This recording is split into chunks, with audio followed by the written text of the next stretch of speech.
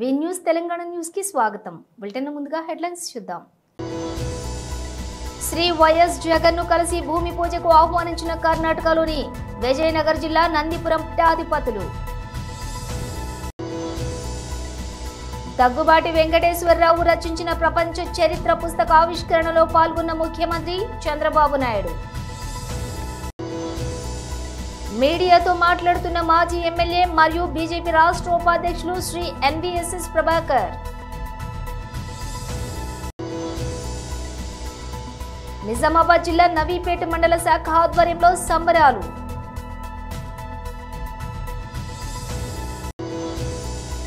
Million March డేను జయప్రదం చేద్దాం. టీయూజేఏసీ chairman సుల్తాన్ యాదగిరి. ఇక డీటెయిల్స్ చూస్తే వైసీపీ అధినేత జగన్ ను కర్ణాటక విజయనగర జిల్లా నందిపురం పీఠాధిపతులు కలిశారు. తాడేపల్లిలోని వైసీపీ ప్రధాన కార్యాలయంలోని వీరు జగన్ ను కలిశారు. ఏప్రిల్ 30న నందిపురంలో ప్రపంచంలోనే ఎత్తైన 108 అడుగుల శ్రీ అర్ధనారీశ్వర స్వామి విగ్రహం ఏర్పాటుకు భూమి పూజను నిర్వహించనున్నారు. ఈ కార్యక్రమానికి విచ్చేయాలని కోరుతూ జగన్ కు పీఠాధిపతులు ఆహ్వాన పత్రికను అందజేశారు. జగన్ ను కలిసిన వారిలోని పీఠాధిపతులు మహేశ్వర స్వామీజీ నందిపుర, పంచాక్షరి శివాచార్య స్వామీజీ, హిరేమఠం బెన్నిహాళ్లి, జడేశ్వర తాత, శక్తిపీఠం వీరాపుర, కృష్ణపాద స్వామీజీ, భుజంగ నగర్, సండూర్ ఉన్నారు. ఈ సందర్భంగా ఇక్కడ వైసీపీ రాజ్యసభ సభ్యుడు YV Subba Reddy, YCP MLC Madhusudan, Ardhanarishwara foundation వ్యవస్థాపకులు రామచైతన్య, కో ఫౌండర్ వీరేష్ ఆచార్య కూడా ఉన్నారు. దగ్గుబాటి వెంకటేశ్వరరావు రచించిన ప్రపంచ చరిత్ర పుస్తక ఆవిష్కరణలో పాల్గొన్న ముఖ్యమంత్రి చంద్రబాబు నాయుడు. మనందరం చాలామంది ఫైనాన్స్ మినిస్టర్లు చూసాం, కానీ ఫైనాన్స్ మినిస్టర్ అంటే ఈ విధంగా ఉండాలని నిరూపించిన మన తెలుగింటి ఆడబిడ్డ శ్రీమతి నిర్మలా సీతారామన్ గారు మన నేల గర్వపడుతుంది. దేశ సేవలో పునీతమైనప్పుడు మన వ్యక్తులు చేసినప్పుడు మనకుండే ఆనందం ఇంకా ఎక్కువ ఉంటుంది. అలాంటి మంచి కార్యక్రమాలు చేస్తున్నట్టు ఫైనాన్స్ మినిస్టర్ గారికి, వెంకయ్యనాయుడు గారు ఇప్పుడే చెప్పారు, గౌరవనీయులు పద్మవిభూషణ్. నేను చిన్నప్పటి నుంచి చూశాను. ఫస్ట్ టైం ఇద్దరం ఎమ్మెల్యేలుగా 1978లో అసెంబ్లీలో ప్రవేశించాం. అప్పటికి ఇప్పటికీ ఏమాత్రం కూడా పవర్ తగ్గలేదు. అదే పంచుంది. ఇంకా అవసరమైతే పంచ పెంచుతున్నాడు తప్ప ఎక్కడ తగ్గే పరిస్థితులు లేరు. ఆ రోజుల్లో మేము అసెంబ్లీకి వస్తే, నేను ఆ తర్వాత 1980లో మంత్రి అయ్యాను.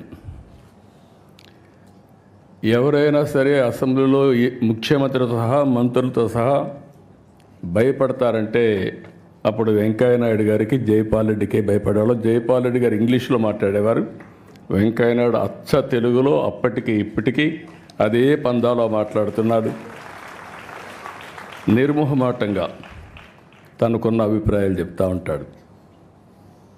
ఒక విధంగా చెప్పాలంటే అధికార పార్టీలో ఉండేవాళ్ళు కూడా వెంకయ్యనాయుడిని ఎప్పుడు అభినందించేవాళ్ళు. ఎందుకంటే చాలా బాగా మాట్లాడుతున్నాడు, మా గౌరవం పెరుగుతుందని. అలాంటి పవర్ఫుల్ స్పీచెస్ ఇచ్చారు. తర్వాత మనిషిలో కూడా కమిట్మెంట్ చూస్తే, ఆగస్ట్ క్రైసిస్ వచ్చినప్పుడు ప్రజాస్వామ్య పరిరక్షణ కోసం ముందుండి మళ్ళీ ఎన్టీ రామారావు గారిని ముఖ్యమంత్రి చేసే వరకు పోరాడిన వ్యక్తి వెంకయ్యనాయుడు గారు. ఈరోజు వారు చెప్పినట్టు ఒక చిన్న గ్రామంలో పుట్టిన, సాధారణ కుటుంబంలో పుట్టిన, అంచెలంచెలుగా ఎదిగి భారతదేశంలోని అత్యున్నతమైన స్థానంలో చేరారు. వారికి మనస్ఫూర్తిగా మనం అందరం కూడా ఈరోజు రిటైర్ అయినా ఎంత హోందాగా ఉన్నాడు అంత హోందాగా ఉన్నారు అలాంటి వెంకయ్యనాయుడు గారు. ఇకపోతే దగ్గుపాటి వెంకటేశ్వరరావు గారు మా తోడలుడు.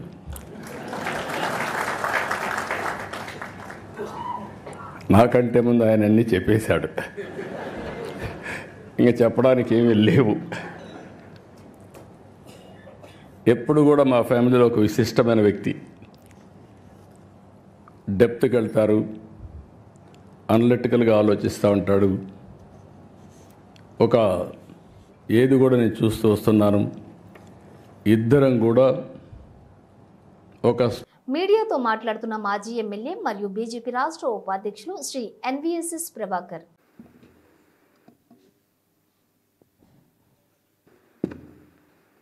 ఓకే, అందరికీ ప్రణామాలు. ఒక ముఖ్యమైనటువంటి అంశాన్ని ప్రస్తావించదలుచుకున్నాను. ఇటీవల కాలంలో రాష్ట్ర కాంగ్రెస్ పార్టీకి ఇన్ఛార్జిగా మీనాక్షి నటరాజన్ గారు విచ్చేశారు. అంతకుముందు దీపాదాస్ మున్షి గారు ఉన్నారు. వారికంటే ముందు ఠాక్రే గారు కొద్ది రోజులు, ఠాగూర్ గారు మరికొన్ని రోజులు. ఇలా ఇన్ఛార్జీల మీద ఇన్ఛార్జీలు మార్చుకుంటూ ఎట్టికేళ్ళకి ఫైనల్గా మీనాక్షి నటరాజన్ గారు రంగంలోకి వచ్చారు. ఆమె రావడంతోనే చాలా సింపుల్ అని,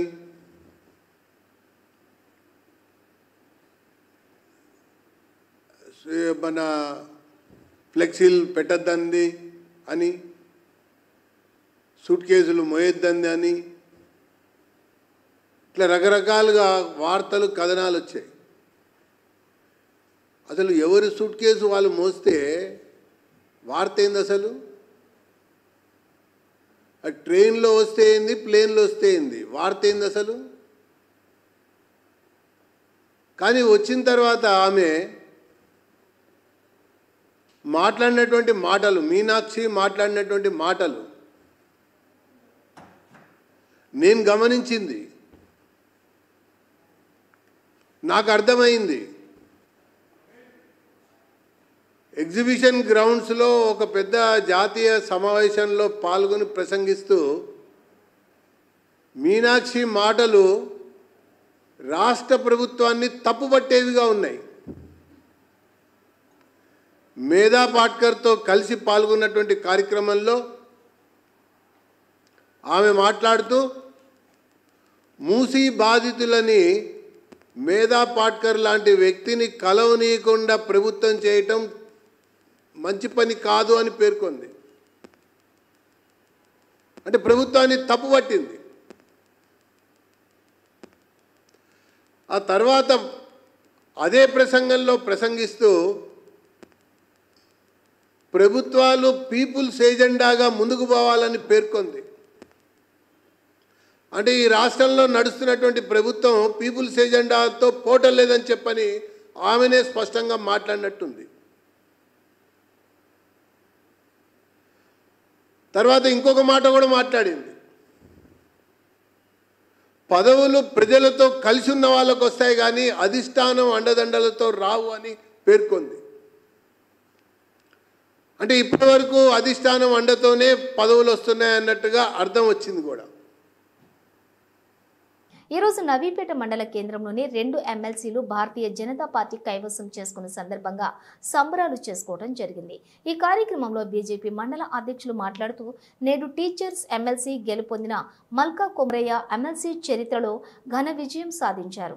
పట్టాభద్రుల ఎమ్మెల్సీగా చిన్నమాయిల అంజిరెడ్డి కూడా ఘన విజయం సాధించడం జరిగింది. ఇంతటి ఘన విజయాన్ని సాధించడానికి సహకరించిన పట్టాభద్రుల అలాగే టీచర్స్కు పేరు పేరున ధన్యవాదాలు తెలపటం, రానున్న స్థానిక ఎలక్షన్లకు కూడా కార్యకర్తలు సిద్ధంగా ఉండాలని భారతీయ జనతా పార్టీ ఎక్కడ చూసినా ఘన విజయం వైపు సాగుతోంది. కాబట్టి స్థానిక ఎలక్షన్లో కూడా ఘన విజయం సాధిస్తామని ఆశిస్తున్నాం. సీట్లు కైవసం చేసుకోవడం జరిగింది. మన రాజ్యసభ 2 సీట్లు ఉండడం జరిగింది. ఇప్పుడు ఎమ్మెల్సీ కూడా 2 కైవసం చేసుకోవడం జరిగింది. దీంట్లో టీచర్లకు, పట్టభద్రులకు ధన్యవాదాలు తెలియజేస్తున్నాం. ఈ కార్యక్రమం సందర్భంగా మన 2 రోజుల క్రితము మల్కా కొమరయ్య గారు టీచర్ల విభాగంలో ఇప్పటి వరకు చరిత్రలో లేని విధంగా ఘన విజయం సాధించారు. దానికి మన బండి సంజయ్ అన్న కానీ, ఈరోజు కిషన్ రెడ్డి కానీ, ఈరోజు ధరంపూర్ అరవింద్ అన్న కానీ ప్రతి ఒక్కరి సహాయంతో ఈరోజు వారు మొట్టమొదటిసారిగా చరిత్రలో లేని విజయాన్ని, ఘన విజయాన్ని సాధించారు. అలాగే నేడు చూసుకుంటే ఎమ్మెల్సీ ఎలక్షన్లో నిన్న తీసుకున్న విభాగానికి వస్తే మన పట్టభద్రుల దానికి మన అంజిరెడ్డి గారు వారు కూడా ఘన విజయం సాధించడం జరిగింది. ఈ పరిస్థితిని చూస్తే తెలంగాణలో భారతీయ జనతా వైపు తుఫానులా ముందుకు సాగుతుంది.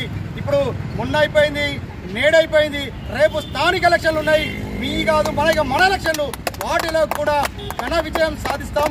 ప్రతి కార్యకర్త కృషి చేయాలా, కష్టపడాలా. కష్టపడితే రానున్న రోజులలో మొత్తం భారతీయ జనతా పార్టీ కైవసం అవుతుంది. భారతీయ జనతా పార్టీ కైవసం చేసుకున్న మరుక్షణం తెలంగాణలో ప్రతి అభివృద్ధి బాటలో కొనసాగుతుందని మేము ఆశిస్తున్నాం. ఈ సందర్భంగా బండి సంజయ్ అన్న గారికి, ధనంపూర్ అరవింద్ అన్న గారికి ధన్యవాదాలు తెలియజేస్తున్నాం. అలాగే పట్టభద్రులకు, టీచర్స్లకు ప్రతి ఒక్కరికి పేరు పేరున ధన్యవాదాలు తెలియజేస్తున్నాం. భారత్ మాతాకి జై, భారత్ మాతాకి జై. జై శ్రీరామ్, జై శ్రీరామ్, జై శ్రీరామ్, జై శ్రీరామ్. భారత్ మాతాకి జై. భారతీయ జనతా పార్టీ జిందాబాద్. గ్రేట్ తెలంగాణ మిలియన్ మార్చ్ డేను జయప్రదం చేయాలని టీయూజేఏసీ చైర్మన్ సుల్తాన్ యాదగిరి అన్నారు. దీనికి సంబంధించిన కరపత్రంను ఆయన ఆవిష్కరించారు. ఈ సందర్భంగా సుల్తాన్ యాదగిరి మాట్లాడుతూ 2011 మార్చి 10న సీమాంధ్ర దోపిడీ పాలనపై తెలంగాణ ప్రజలు తిరుగుబాటు జెండా ఎత్తిన రోజని, తెలంగాణ ప్రజలు తెగించి తెగువతో పోరాడారని తెలిపారు. తెలంగాణ ఉద్యమ ఆకాంక్షలను, ఉద్యమకారుల గోడును మాజీ సీఎం కేసీఆర్ విస్మరించి తెలంగాణను విధ్వంసం చేశాడని మండిపడ్డారు. టీయూజేఏసీ సెక్రటరీ జనరల్ తుమ్మల ప్రఫుల్ రామ్ రెడ్డి మాట్లాడుతూ కాంగ్రెస్ పార్టీ ఎన్నికల సమయంలోని ఉద్యమకారులకు ఇచ్చిన హామీలు అమలు చేయాలని డిమాండ్ చేశారు. 250 గజాల ఇంటి స్థలం, 30,000 గౌరవ వేతనం ఇవ్వాలని డిమాండ్ చేశారు. చాలా మందిని మళ్ళీ ఒకసారి ఒక చోట ర్యాలీగా మరి సందర్భం అనేటువంటి చాలా ముఖ్యమైనదని నేను భావిస్తూ ఉన్నాను, అభినందిస్తూ ఉన్నాను వాళ్ళందరినీ.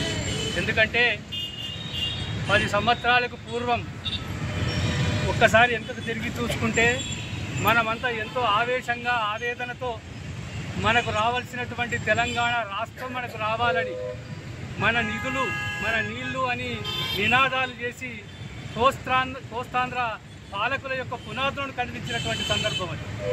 ఆనాడు మిలియన్ మార్చ్ ప్రోగ్రాం ఇస్తే పోలీసుల చేత అణిచివేస్తాం, ఉక్కు పాదం చేత అనేటువంటి ఆనాటి కోస్తాంధ్ర పాలకులు చెప్పినటువంటి దానికి సవాలుగా తీసుకొని మొత్తం తెలంగాణ ప్రజానీకమంతా కూడా ఈ లాఠీలు, తూటాలకు వెర్వమంటూ మరి భయంకరమైనటువంటి పరిస్థితులను కూడా ఎదిరించి ముందుకు సాగినటువంటి తీరు ఎంతో వీరోచితమైనది, ఎంతో గొప్పనైనటువంటి శకం ఆనాడు.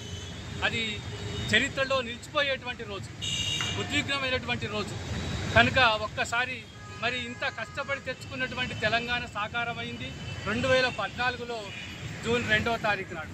కానీ ఇది పాలకులకు మాత్రమే తెలంగాణ వచ్చింది, పాలితులకు రాలేదనేటువంటిది చాలా విశ్వసనీయంగా ఉంది ప్రజల్లో. పాలితుల తెలంగాణ అంటే మనకు విద్య, వైద్యము, ఉద్యోగము, ఉపాధి అనేటువంటి రంగాల్లో ఇప్పటికీ తెలంగాణ వాళ్ళు మరి కోస్తాంధ్ర పాలకులు చేసేటువంటి దమననీతి పోయి మనకు వస్తున్నాయనేటువంటి ఆశతోన ఆనాడు అమరులైనటువంటి వాళ్ళు చాలామంది ఉన్నారు. ఆ అమరత్వాన్ని సూచికగా మనమంతా ఒక్కసారి గుమిగూడి మనం సాధించుకున్న ఒక ప్రజాస్వామ్య తెలంగాణను, ఒక నిర్మోహమాటమైనటువంటి మధ్య సంకల్పంతో తెచ్చుకున్నటువంటి తెలంగాణను పునరావృతం చేసుకోవాలని, ఈ భౌగోళిక తెలంగాణనే కాదు, ఇది ప్రజా తెలంగాణ, ప్రజల కోసమే తెలంగాణ, పాలకులది కాదని మళ్ళొకసారి ఎలుగెత్తి చాటవలసిన సందర్భం ఉన్నది. కనుక మీరంతా, మనమంతా కలిసి ఆనాడు 10 నాడు జరుపుపోయేటువంటి మిలియన్ మార్చ్లో మళ్ళొకసారి మన యొక్క ఉద్యమ స్ఫూర్తిని తెలియజేసి మీరంతా రావాలని ప్రజానీకాన్ని అందరికీ విన్నవించుకుంటూ, తర్వాత ఈ ఉద్యమకారులందరినీ కూడా మళ్ళొకసారి సాధారణంగా ఆహ్వానిస్తూ దీన్ని విజయవంతం చేయాలని కోరుతున్నాను. తమిళనాట నయనతారకి గల క్రేజ్ గురించి ప్రత్యేకంగా చెప్పుకోవాల్సిన పని లేదు. ఆమె సినిమా ఒకటి సెట్స్ పైకి వెళ్ళిందంటే అది థియేటర్స్కి వచ్చేంత వరకు అభిమానుల ఆసక్తిని కనబరుస్తూనే ఉంటారు. అలాంటిది ఆమె నటించిన టెస్ట్ సినిమా మాత్రం విడుదలకి దూరంగా ఉండిపోయింది. దాంతో ఈ సినిమా టీం నేరుగా ఓటీటీకి తీసుకొచ్చే ప్లాన్ చేసింది. ఫలితంగా ఈ సినిమా ఇప్పుడు ఓటీటీ ప్లాట్ఫామ్ ద్వారా ప్రేక్షకులను పలకరించడానికి రెడీ అవుతోంది. ఈ సినిమా స్ట్రీమింగ్ హక్కులను నెట్ఫ్లిక్స్ వారు సొంతం చేసుకున్నారు. ఏప్రిల్ 4వ తేదీ నుంచి ఈ సినిమాను స్ట్రీమింగ్ చేయనున్నట్లుగా చెబుతూ అధికారిక పోస్టర్ను వదిలారు. స్పోర్ట్స్ డ్రామాగా రూపొందిన ఈ సినిమాకి శశికాంత్ దర్శకత్వం వహించారు. నయనతారతో పాటు మాధవన్, సిద్ధార్థ్ కీలకమైన పాత్రలను పోషించగా ప్రత్యేకమైన పాత్రలో మీరా జాస్మిన్ కనిపించబోనుంది. చెన్నై క్రికెట్ స్టేడియంలో టీమిండియా టెస్ట్ మ్యాచ్ జరుగుతూ ఉండగా అయితే ఆ మ్యాచ్ చూడటానికి వెళ్ళినటువంటి 3 వ్యక్తులు ఎలాంటి చిక్కుల్లో పడతారు, ఆ చిక్కుల నుంచి బయటపడటానికి వారు ఏం చేస్తారు అనేది కథ. ఈ సినిమా ఏ రేంజ్లో ఆకట్టుకుంటుందో చూడాలి మరి. పిఠాపురంలో జరిగే జనసేన పార్టీ ఆవిర్భావ మహాసభ కుంభమేళను తలపించేలా ఉండాలని, ఆ స్థాయిలో విజయవంతం చేయాలని కొత్తపేట నియోజకవర్గం జనసేన పార్టీ ఇన్ఛార్జి బండారు శ్రీనివాసరావు అన్నారు. రామచంద్రపురం జనసేన పార్టీ కార్యాలయం నందు ఈ నెల 14న పిఠాపురంలో జరిగే జనసేన పార్టీ 12వ ఆవిర్భావ దినోత్సవ మహాసభను జయప్రదం చేసేందుకు రామచంద్రపురం జనసేన పార్టీ ఇన్ఛార్జి పోలిశెట్టి చంద్రశేఖర్ అధ్యక్షతన సన్నాహక సమావేశం బుధవారం భారీ ఎత్తున నిర్వహించారు. ఈ సమావేశానికి కొత్తపేట నియోజకవర్గం జనసేన పార్టీ ఇన్ఛార్జి బండారు శ్రీనివాస్ ముఖ్య అతిథిగా హాజరై మాట్లాడారు. ఈ మహాసభకు జనాలను ఏ విధంగా తరలించాలి అనే విధానాలపై ఆయన సమీక్షించారు. రామచంద్రపురం ఇన్ఛార్జ్ పోలిశెట్టి చంద్రశేఖర్ గారు, పరిశీలకులుగా ఇచ్చేసినటువంటి జిత్తుగ నాగరాజు గారు, గంజి చిరంజీవి గారు కలిసి ఈరోజు సన్నాహక కార్యక్రమం సభ ఏర్పాటు చేయడం జరిగింది.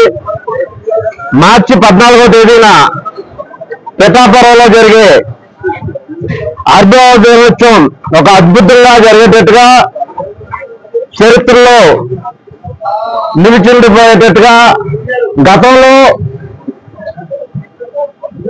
2018లో జరిగింది తూర్పుగోదావరి జిల్లాలో కవాతు ధవళేశ్వరంలో.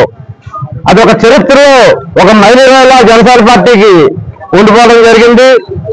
దాన్ని మించి ఈరోజు ఎన్డీఏ కూటమి ప్రభుత్వం రావటం, జనసేన పార్టీ అధ్యక్షులు పవన్ కళ్యాణ్ గారు డిప్యూటీ సీఎంగా, ఉప ముఖ్యమంత్రి వర్యులుగా అధికారంలో భాగంగా ఉండగా మొట్టమొదటి 12వ ఆవిర్భావ దినోత్సవం జరుగుతుంది కాబట్టి దీన్ని ఒక అద్భుతంగా చేయాలి.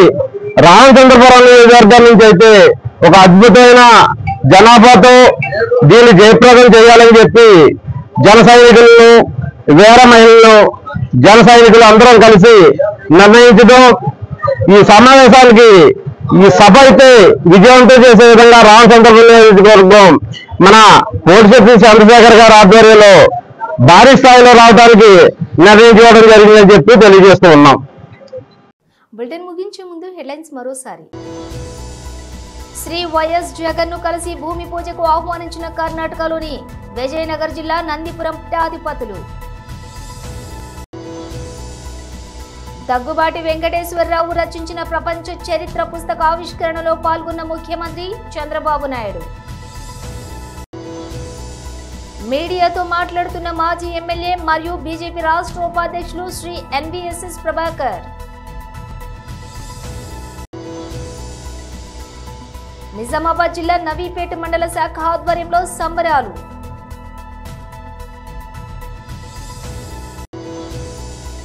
మిలియన్ మార్చ్ డేను జయప్రదం చేద్దాం, టీయూజేఏసీ చైర్మన్ సుల్తాన్ యాదగిరి.